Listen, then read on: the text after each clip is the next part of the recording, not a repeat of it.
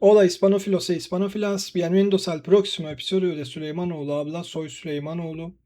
Hoy os voy a leer un resumen de la historia de la Guerra de Independencia de España escrito por Fernando Romero Real. Empezamos ya. Tras la derrota en Trafalgar de las tropas francesas y españolas ante el poderío naval de Gran Bretaña, se produjo una serie de hechos que propiciarían que el Reino de España cayera en dependencia de la Francia napoleónica. Esto quedaría refrendado tras el Tratado de Fontainebleau por el que España permitía el paso de las tropas francesas por el territorio español para conquistar el reino vecino de Portugal. En esta lección de un profesor, el tío Webb, haremos un resumen de la historia de la Guerra de Independencia de España, que consistió en una serie de enfrentamientos bélicos entre los patriotas españoles y los franceses que se habían instalado en el Reino de España entre los años 1808-1814. El preludio de la dominación francesa. Con el Tratado de Fontainebleau, acaecido el 27 de octubre de 1807, llegaba a España un gran contingente francés, aproximadamente unos 65.000 hombres para la posterior invasión del Reino de Portugal. Estas tropas, además de instalarse en las vías principales de comunicación con Portugal, se acantonaron en Madrid y en la frontera con Francia. Ante esto, la familia real decidió marchar al Palacio de Aranjuez para una posible evacuación a las colonias americanas si fuera necesario. Pero el 17 de marzo de 1808 en ese mismo lugar se producía el conocido Motín de Aranjuez, que hacía que Fernando VII llegara al trono de España, obligando a su padre Carlos IV a abdicar a su favor. De esa manera, y gracias al vacío de poder político, el 23 de marzo, Madrid era ocupada por el general Murat. Tras esto, Napoleón mandó llamar a los pretendientes del trono español para solucionar la disputa, obteniendo de ellos el 5 de mayo del año 1808 la corona española, la cual fue entregada a su hermano José I Bonaparte. Y aquí hay un diagrama de las causas de la guerra de independencia. Los levantamientos del 2 de mayo. Continuamos con este resumen de la historia de la guerra de independencia de España, hablando ahora de lo que ocurrió el 2 de mayo. Incluso antes de que Napoleón obtuviera la corona española, en España comenzaron una serie de levantamientos en contra de los invasores. De hecho, el 2 de mayo de 1808 se producía un levantamiento generalizado en Madrid con personas provenientes de muchas partes de la península. Posiblemente estos levantamientos fueron producidos debido a que poco tiempo atrás el reino había sufrido un periodo de gran carestía, elemento que jugaba en contra de los codiciosos franceses, los cuales simplemente eran una carga más para el pueblo. Así debemos de resaltar una serie de revueltas acaecidas en Burgos o León, donde los ciudadanos recriminaron al gobierno la imposibilidad de mantener a las tropas extranjeras. Rápidamente el levantamiento fue detenido por el ejército napoleónico, el cual estaba muy bien pertrechado, haciendo imposible que los exaltados ciudadanos tuvieran mucho que hacer. Hacia el día 3 de mayo de 1808 se producían los famosos fusilamientos, los cuales quedaron reflejados en las pinturas de Francisco de Goya. En estas fueron asesinados un gran número de españoles. Tras esto, la noticia del levantamiento en Madrid y de la represión contra los españoles por parte de Francia se hizo conocida en todo el reino, creándose una serie de juntas. Podemos decir que eran una serie de gobiernos que se crearon a falta del gobierno central, que se fueron uniendo para hacer frente al invasor. Así, la primera junta la encontraremos para el día 22 de mayo en Cartagena. De esa manera se fueron uniendo hasta crear la Junta Central de España e Indias en Sevilla, desde la que se comenzaría a orquestar una serie de ataques militares contra los franceses. Aquí tenemos la mapa. ¿El mapa? Sí, el mapa, ¿no?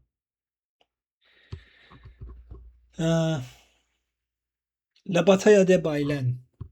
La Junta Suprema de España e Indias y la Junta de Granada realizarían de manera conjunta la creación de dos ejércitos, cuyo objetivo era expulsar a los franceses del territorio español. Así aparecían en escena el ejército de Andalucía y el regimiento suizo de Reding. Los franceses veían con recelo cómo habían surgido por toda la península una serie de focos reacios a su control, siendo Andalucía el foco más importante. Por ello, desde Madrid se decidió mandar a Dupont, el cual tenía la orden de someter a Andalucía. Desde Madrid hasta el paso de Despeñaperros, las tropas francesas sufrieron el asfixiante calor en las jornadas, además de los constantes ataques de los bandoleros que, protegidos por la serranía, hacían casi imposible que fueran atrapados. El 8 de junio de 1808 llegaban a Córdoba las tropas francesas, la cual fue brutalmente saqueada. Estando las tropas francesas aún en la antigua capital califal, le fue anunciada la rendición de la escuadra francesa apostada en Cádiz, además de tener noticias sobre los ejércitos de Andalucía, hecho que produjo que se retirara de Córdoba buscando refugio en Andújar a la espera de nuevos apoyos. Siguiendo con nuestro resumen sobre la historia de la Guerra de Independencia de España, debemos de centrarnos en uno de los hechos más importantes para la historia contemporánea, pues la batalla de Bailén fue la primera derrota del ejército napoleónico en campo abierto. Así, entre el 18 y el 22 de julio de 1808 se enfrentaron en las cercanías de Bailén los dos ejércitos, siendo el español algo más numeroso con unos 27.000 hombres, mientras que el francés contaba con 21.000. La victoria en Andalucía dio un fuerte respiro a las juntas que se habían creado en España, además de dar un toque de atención al emperador que, al enterarse de la derrota, hubo de tomar cartas en el asunto. Un mapa más. At the moment of Dupont's third attack. Al momento del tercer ataque de Dupont. El repliegue francés hacia los Pirineos. Entre junio y noviembre de 1808, los franceses fueron sufriendo una serie de derrotas como ocurrió en Zaragoza, que duró entre el 15 de junio al 15 de agosto, o la entrada en Madrid del general Castaños el 5 de septiembre. Debido a esto, el ejército napoleónico, junto con José I, fue obligado a desplazarse al norte del Ebro, donde aguardaron la llegada del emperador con la Grande Armée. 250.000 efectivos muy bien pertrechados. Así, hasta el 2 de noviembre de 1808 llegaba Napoleón a Bayona, donde reagrupó y reorganizó a las tropas, además de traerse consigo a lo mejor de su ejército, al cual dividió en dos para tomar España y Portugal de norte a sur, eliminando a su paso toda resistencia. Los años de la dominación 1809-1812. Tras la llegada de Napoleón todo cambió, pues se produjeron derrota tras derrota para el bando patriótico. Así llegaban a Ocaña en noviembre de 1809, obligando a la Junta Central a marchar a Sevilla y tras el avance de los franceses se vieron obligados a trasladarse a Cádiz. Desde allí se comenzó la gestación de una serie de tratados entre otros reinos europeos para un ataque en conjunto que acabara con el dominio de Napoleón sobre Europa. Hasta 1812 solo encontraremos una serie de escaramuzas entre los guerrilleros y las tropas francesas. Estos ataques dispersos tenían como fin acabar con las líneas de abastecimiento enemigas. Más que el hecho de crear bajas, podemos denominarlo como una guerra de desgaste.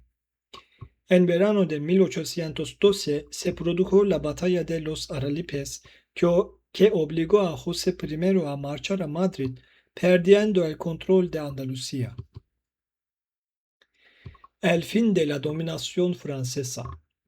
Tras la batalla de Aralipes, la entrada en acción de las fuerzas conjuntas entre británicos, portugueses y españoles contra los franceses fue decisiva para la expulsión de estos. Poco a poco fueron perdiendo todas las plazas que tenían en España, siendo la última batalla acontecida en Vitoria el 21 de junio de 1813, tras la victoria de las tropas españolas. Los franceses y José I fueron expulsados. Tras la victoria de las tropas españolas, los franceses y José I fueron expulsados de la península, aunque hasta el 22 de marzo de 1814 el monarca Fernando VII no pudo volver a España. Una imagen más sobre la guerra. Las consecuencias de la guerra. Para concluir con nuestro resumen sobre la historia de la Guerra de Independencia de España, deberemos conocer una serie de elementos que fueron forjados en dicho momento. En el ámbito militar fue creada la Guerra de Guerrillas, las cuales estaban conformados por bandoleros y campesinos que apenas conocían las tácticas militares, pero sin embargo conocían perfectamente el terreno por el cual se movían, haciendo muy difícil que pudieran ser encontrados. Además, contaban con la ayuda del pueblo, el cual le protegía. Podemos afirmar sin equivocarnos que fueron las guerrillas las que ayudaron a España a acabar con los franceses, pues el hecho de cortar las líneas de suministro mermó mucho a las tropas napoleónicas.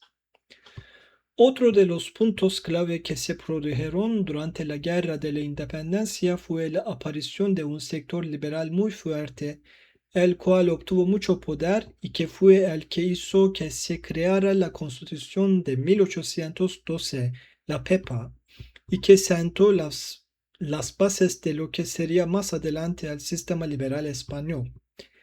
Aunque habría que esperar a la muerte de Fernando VII en 1833 para su implantación. Concluyendo con esto, debemos mencionar la catástrofe que supuso para la economía española el hecho de tan larga y cruenta guerra. Pues entre 1808 y 1814 se produjo la destrucción de la mayor parte de la industria del país a manos de las tropas francesas y británicas, sobre todo haciendo que el país tras ser liberado no tuviera elementos para resurgir de sus cenizas. Además, y no menos importante, debemos saber que durante el conflicto las colonias comenzaron el proceso de emancipación, perdiéndose el contacto con ellas y por tanto se dejaron de recibir los galeones provenientes de estas. Y nada más del artículo. Gracias por escucharme. Nos vemos en el próximo. Chao.